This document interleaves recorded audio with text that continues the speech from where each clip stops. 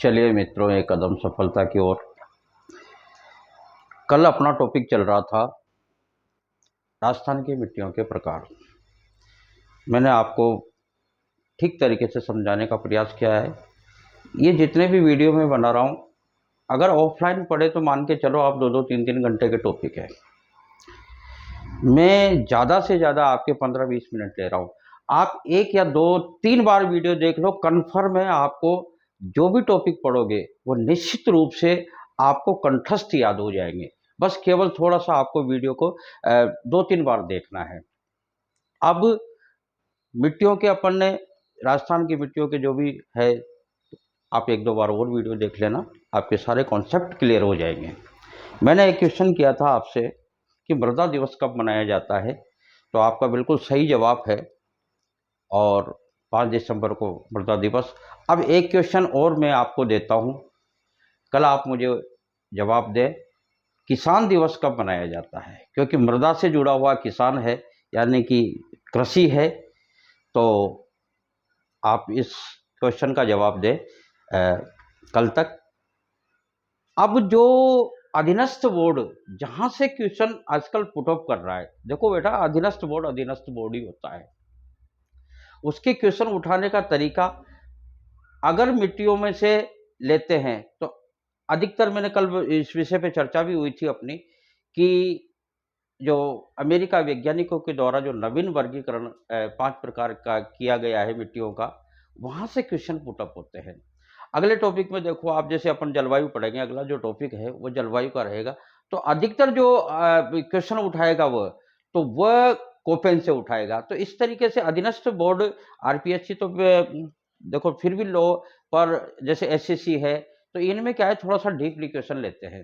तो ये चीजें आज आज का जो हमारा टॉपिक रहेगा वह नवीन वर्गीकरण रहेगा। ये आपको रटना पड़ेगा थोड़ा सा, ये वाला जो टॉपिक, क्योंकि ये रटने लायक ही है। बाकी तो आपको मैंने नक्शे में सारी मिट्टियां बताई दी। और अगर आप देखो, मेरी ट्रिकें हैं वो राजस्थानी में है, हाड़ौती में है। अगर ट्रिक के हिसाब से, वैसे तो पूरी हिस्ट्री ट्रिक में रहेगी, पर ज्योग्राफी में भी मैंने कुछ बना रखी है, नदियों की भी मैंने बताई थी।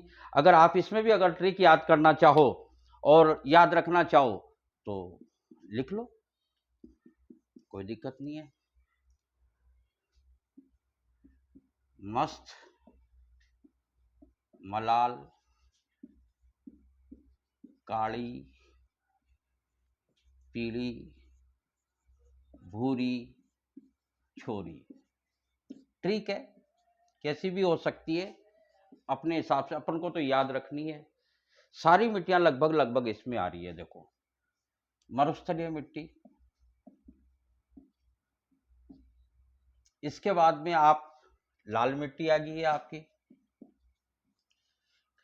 काली मिट्टी आ गई, पीली मिट्टी आ गई, भूरी मिट्टी आ गई, और छोरी से कछारी मिट्टी।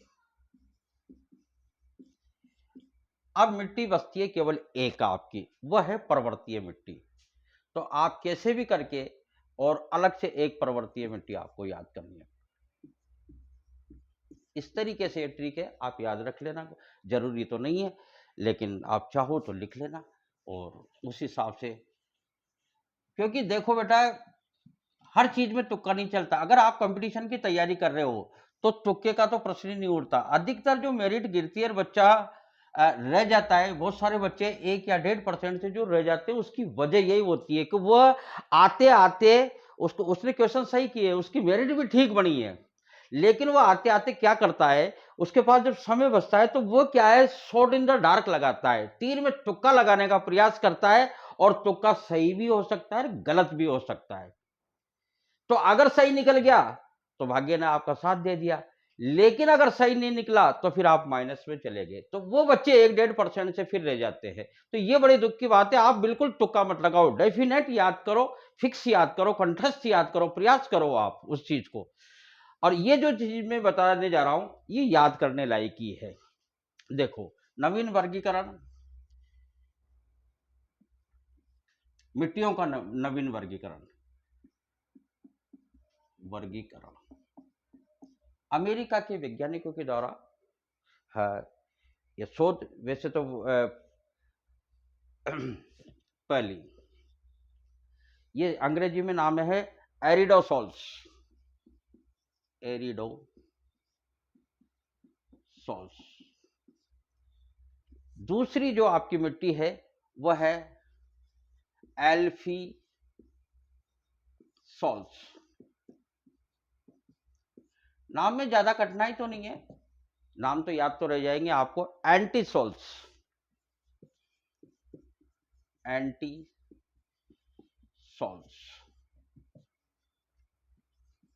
चौथी है जो आपको इंसेप्टिसॉल्स, इंसेप्टिसॉल्स।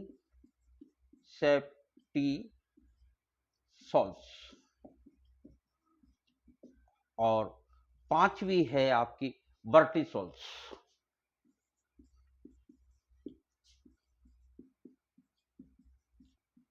अब देखो, आपको इन तीन को तो याद करने में ज्यादा परेशानी नहीं होगी शायद, क्योंकि ये सब ऐसे चालू है। एरिडोसॉल्स, एल्फिसॉल्स, एंटीसॉल्स, इन दो में थोड़ी सी आपको प्रॉब्लम है, पर आपको ये याद करनी ही पड़ेगी, रटनी ही पड़ेगी। इसका कोई और उपचार नहीं है बेटा। और कोई आप ट्रिक बनाना चाहो अपने स्तर पे भी आप ट्रिक बना सकते हो, कोई जरूरी नहीं है। आप अपनी याददाश्त के लिए, अपनी तैयारी के लिए आप अपने हिसाब से भी ट्रिक तैयार कर सकते हो। तो एरिडोसॉल्स, एल्फिसॉल्स, एंटीसॉल्स, इंसेप्टिसॉल्स और वर्टिसॉल्स। इसका मतलब क्या होता है? इसका मतलब होता है, एरिडोसॉल्स का मतलब होता है सूक्ष्म मिट्टी, सूक्ष्म मिट्टी। अब आप कहोगे सर ये कहां कहां पाई जाती है, तो देख लो आप। जैसे मान लो चूरू है, सीकर है, झुंझुनू है, नागौर है, पाली है, जोधपुर है, जालोर है, इस तरीके के ये जो जिले हैं इनमें ये पाई जाती है। और अब आ जाइए आप एल्फिसॉल्स। एल्फिसॉल्स का मतलब होता है जलोढ़ मिट्टी। आपको हिंदी नाम ही याद रखने हैं, जलोढ़ मिट्टी। अब जलोढ़ मिट्टी कहां पाई जाती है? जहां नदियों का बहाव है। राजस्थान में कहां से नदी निकल के जाती है? चंबल नदी। आप यहां से कोटा से ले लो, बूंदी ले लो, इधर से उधर से जयपुर साइड से अगर आओ तो जयपुर ले लो, दौसान ले लो, अलवर ले लो, भरतपुर ले लो, सवाई माधोपुर ले लो। वो वाला क्षेत्र पढ़ने पढ़ रखा है मैंने, नक्शा इसी वजह से पढ़ा है कि आप आंख नीचे भी ये सारी चीजें, वैसे मैं लिखा दूंगा साथ में, ऐसी कोई दिक्कत नहीं है। अब एंटीसोल्स, एंटीसोल्स ये जो मिट्टी पाई जाती है ये पश्चिमी राजस्थान में पाई जाती है। पश्चिमी राजस्थान में जो भी जिले आते हैं, इसका रंग क्या है मैंने बताया था आपको, पीली भूरी, पीली भूरी, पीली भूरी मिट्टी पाई जाती। एंटीसोल्स, एरिडोसोल्स सूक्ष्म मिट्टी, एल्फिसोल्स जलोढ़ मिट्टी, एंटीसोल्स जो पश्चिमी राजस्थान में पाई जाती है पीली मिट्टी। अगली जो आपकी मिट्टी है इंसेप्टिसोल्स, थोड़ा सा हार्ड नाम यही है, इंसेप्टिसोल्स। इंसेप्ट एक दो बार आप याद करोगे तो याद हो जाएगा। यानी कि आर्द्र शुष्क, आर्द्र शुष्क, यानी कि अर्ध शुष्क से लेकर आर्द्र जलवायु जहां की रहती है वहां उन क्षेत्रों में यह मिट्टी पाई जाती है। जैसे कौन कौन से देख लो आप, अब उस हिसाब से देखें तो आर्द्र जलवायु जैसे राजसमंद है, इधर से नीचे वाला क्षेत्र उदयपुर है, पाली है, सिरोही है, भीलवाड़ा चित्तौड़ तक आप आ सकते हो इसमें। वर्टिसोल्स, वर्टिसोल्स पूरा, वर्टिसोल्स का मतलब काली मिट्टी, बस।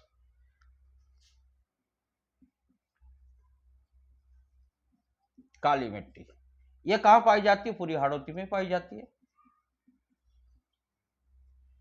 हाड़ौती। अब हाड़ौती के अलावा मैंने आपसे कहा था कि देखो मिट्टियों की कोई सीमा नहीं होती। मिट्टियों की अगर कोई सीमा नहीं होती तो इसका मतलब थोड़ी बहुत इधर उधर मिट्टी हो जाती है। जैसे डूंगरपुर बांसवाड़ा में भी चली जाए, माधोपुर भरतपुर में चली जाए, तो वो आप थोड़ा सा, पर जो मेन चीज है वो ये है।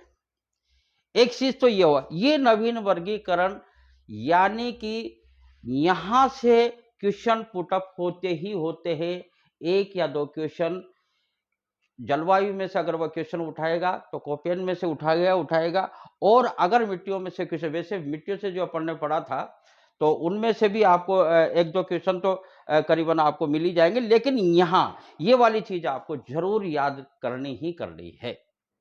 इसके अलावा जिले लिखाऊं, जिले तो मैंने आपको उस हिसाब से, आप देख लो, आप मैंने बता तो दिए वैसे कि सूक्ष्म मिट्टी कहाँ पाई जाती है, तो उस हिसाब से जैसे चूरू, सीकर है, झुंझुनू है, एक एक दो दो जिले लिख देता हूं। चलो, जैसे चूरू, सीकर, झुंझुनू, ये दो तीन जिले तो ये हो गए। और जोधपुर जालौर लिख दो, जोधपुर जालौर।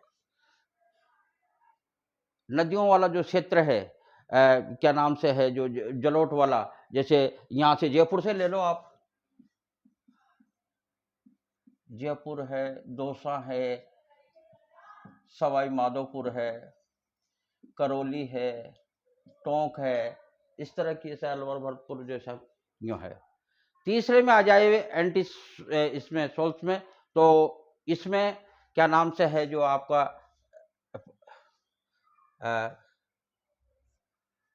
पश्चिमी जो वाला, जो मैंने पूरा पश्चिमी राजस्थान लिख ही दिया, इसमें तो जो पूरा पश्चिमी राजस्थान के ऊपर के हिस्से सारे आ जाएंगे।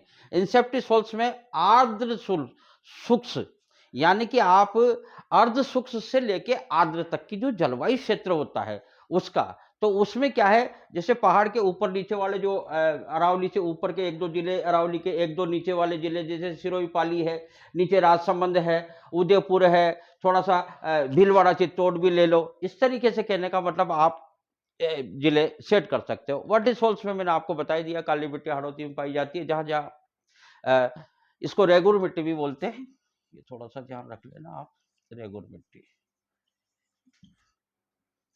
अगर आप ठीक तरीके से याद करने का प्रयास करोगे, क्योंकि ये चीज याद करने लायक है, याद ही करना पड़ेगा आपको, इसका और कोई सॉल्यूशन है ही नहीं। अगली बात,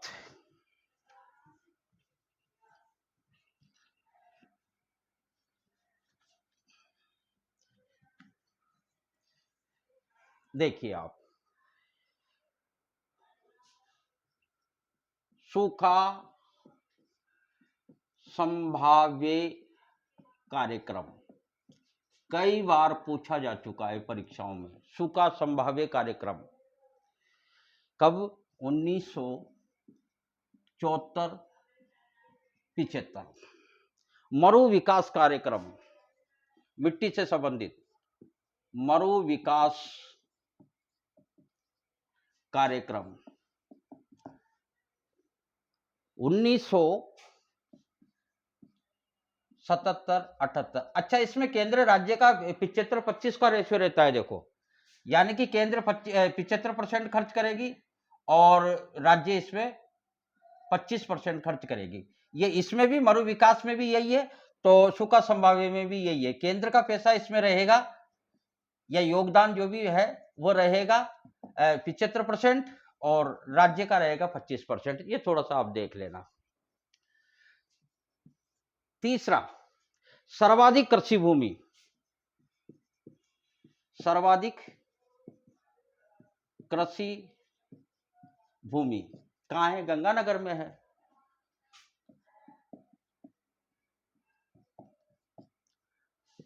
अगला देखिए आप, सर्वाधिक पड़त भूमि, सर्वाधिक पड़त, पड़त यानी कि जो जिसमें एक तरीके से काम ही नहीं आती, तो वो वाला इलाका है जोधपुर, जहां पड़त रहती है। एक तरीके से काम तो आती है लेकिन कम काम आती है, पड़त ज्यादा रहती है। कहने का मतलब एक बार छोड़ के एक बार फसल की जाती है, उसको पड़त बोलते हैं। जैसे एक बार फसल कर ली, इस साल फसल कर ली अपन ने, तो अगले साल उस पर अपन फसल नहीं कर सकते, उसको बोलते हैं पड़त। अगला है आपका सर्वाधिक बंजर भूमि, सर्वाधिक बंजर भूमि ये सर्वाधिक सर्वाधिक वाले बता रहा हूं मैं। तो बंजर भूमि कहाँ रहेगी? जैसलमेर में रहेगी। ये कुछ छोटे छोटे क्वेश्चन है जो मिट्टी वाले टॉपिक से पूछे जाते हैं। सर्वाधिक व्यर्थ भूमि, सर्वाधिक व्यर्थ भूमि, यह है राजसमंद में। जंगल ज्यादा है, पहाड़ी क्षेत्र है। अगला जो क्वेश्चन है, केंद्रीय भू संरक्षण बोर्ड, केंद्रीय भू संरक्षण बोर्ड, केंद्रीय भू संरक्षण बोर्ड कहां है? जयपुर और सीकर में, जयपुर सीकर। ये आपको थोड़ा रटना पड़ेगा, देखना पड़ेगा। मिट्टी परीक्षण केंद्र, जहां मिट्टी का परीक्षण होता है, यानी कि मिट्टी परीक्षण केंद्र या प्रयोगशाला बोल दो आप इसको, प्रयोगशाला, जहां मिट्टी का परीक्षण होता है,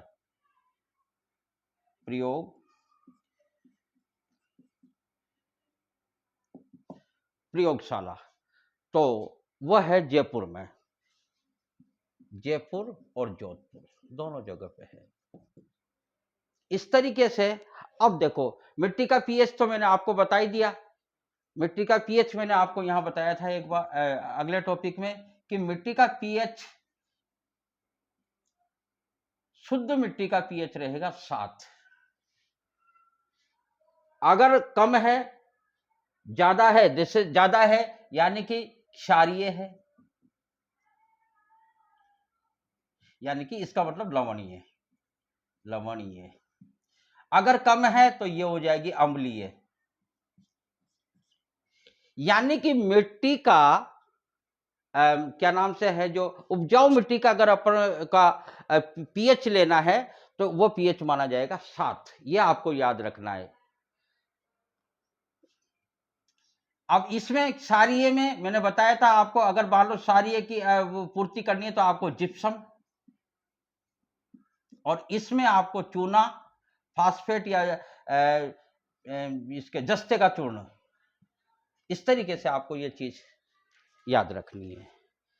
अब मैं थोड़ा सा, क्योंकि आजकल क्या है, जीके में चल ही रहा है कि राजस्थान के साथ साथ भारत का भी, वैसे मैं बता ही रहा हूं लगभग, थोड़ा ज्यादा नहीं तो थोड़ा उस टॉपिक से जुड़ी हुई चीजें तो बता ही रहा हूं। तो जैसे 8 प्रकार की मिट्टी राजस्थान में पाई जाती है या प्रकार है, ठीक उसी प्रकार भारत में भी मिट्टी 8 प्रकार की है। वो मैं आपको ज्यादा मेहनत करने की जरूरत ही नहीं है, बहुत साधारण सी तरीका है।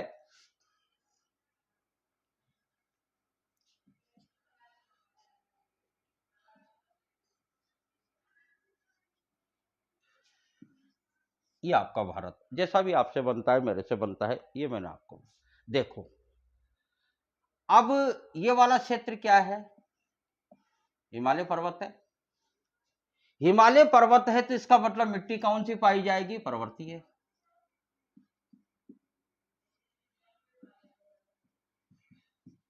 या 1, यानी कि पर्वतीय वाले क्षेत्रों में अपन ने उसमें भी रखा था, इसमें भी यहां पर्वत है, हिमालय है, तो यहां पर्वतीय मिट्टी होगी। अब देखो आप, ये एक क्लियर हो गया। अब यहां सीधे सीधे आप इस साइड पे आ जाओ, इस साइड पे यहां आ जाओ, इस दूसरी वाली साइड पे, ये वाली साइड। यहां आपका ये कोना किसका है? ये कोना पड़ता है आपका गुजरात का, और गुजरात के बगल में राजस्थान है, इधर पाकिस्तान की सीमा लग रही है। तो यानी कि यहां मरुस्थल है, थार का मरुस्थल। तो थार का मरुस्थल में मिट्टी कौन सी पाई जाएगी? सूक्ष्म मिट्टी। इसके साथ में दूसरी जो मिट्टी अपने, जैसे मान लीजिए अपन ने जालोर और उसमें बीकानेर में बताई थी लवणीय मिट्टी, तो यहां इसी का दूसरा रूप हो गया लवणीय मिट्टी। क्योंकि रेगिस्तान है तो दोनों चीजें यहीं आ गई ना। अब देखो, ये वाला जो क्षेत्र है, ये टोटल नदियों वाला क्षेत्र है। यहाँ सारी नदियां, भारत की सारी नदियां इस जगह से, तो जहां नदियां हैं वहां जलोढ़ मिट्टी पाई जाएगी।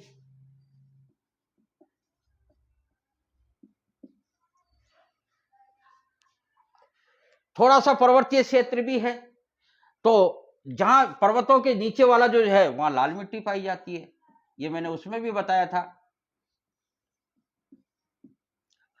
कितनी मिट्टियां होगी आपकी? सूक्ष्म मिट्टी होगी, लवणीय मिट्टी होगी, जहां नदियों का क्षेत्र है वहां जलोढ़ मिट्टी होगी, उसके नीचे जो कोई पर्वतीय क्षेत्र है तो थोड़ी सी लाल मिट्टी पाई जाएगी, और पर्वतों में प्योर पर्वतीय मिट्टी है ही सही। अब देखो आप, दक्षिणी भारत का जो है तो यहां काली मिट्टी पाई जाती है, दक्षिण का पठार, यानी कि रेगुर मिट्टी। रेगुर मिट्टी का मतलब ये होता है कि इस मिट्टी में पानी की मात्रा कम होने पर इसमें दरारें चल जाती है, इस वजह से इसको रेगुर बोला जाता है, ये फटने लग जाती है। ये वाला क्षेत्र काली मिट्टी पाई जाती है यहाँ पे। अब देखो, सारी नदियां इधर यहीं आके गिरती है, सारी नदियां, जैसे गंगा भी आएगी बंगाल की खाड़ी में ही आएगी, तो बिहार वाले इस वाले क्षेत्र में, इस वाले क्षेत्र में यहां दलदली क्षेत्र हो जाता है, जहां पानी की मात्रा ज्यादा होती है तो वह क्षेत्र वैसा भी दलदली हो जाता है। जैसे पेड़ को अपन रखेंगे तो पेड़ चला जाएगा, उसको दलदली जगह बोली जाएगी, तो यहाँ दलदली मिट्टी पाई जाएगी। ये लो, ये मिट्टियां होगी। भारत की मिट्टियों में तो कोई टेंशन ही नहीं है, भारत की मिट्टियों को तो आपको याद करने में अब ये वाला क्षेत्र बसता है, ये है लेटेराइट मिट्टी, लेटेराइट मिट्टी, यानी कि ये दक्कन का पठार है, इस वाले क्षेत्र में लेटेराइट मिट्टी। लेटेराइट मिट्टी, लेटेराइट लेटर से बनी है, लेटर का मतलब ईंट होता है। ये मिट्टियां होगी आपकी, यही 8 प्रकार की मिट्टियां वो राजस्थान में पड़ी है, और यही 8 प्रकार की मिट्टियां आपके भारत में है। भारत का तो और इजी वे में इस तरीके से मिट्टियों का टॉपिक मित्रों आज खत्म होता है। और जो भी आपको किसी प्रकार की प्रॉब्लम हो तो आप कमेंट्स करके और बताएं। अगला जो हमारा टॉपिक रहेगा वो रहेगा जलवायु से संबंधित, यानी कि कल का जो टॉपिक रहेगा, मैंने एक क्वेश्चन किया था आपसे, किसान दिवस कब मनाया जाता है, तो कल आप मुझे जवाब दें। और कल का जो टॉपिक रहेगा और वो रहेगा जलवायु, कॉपियन की जलवायु पढ़वाएंगे, और बहुत अच्छे तरीके से मैं आपको बताने का प्रयास करूंगा, बहुत शॉर्ट एंड स्वीट तरीके से बताने का प्रयास कर रहा हूँ। जो टॉपिक कोचिंगों में आप जाके देख लेना, पढ़ के देख लेना, यही चीज़ें हफ्ते भर तक चलती रहती है।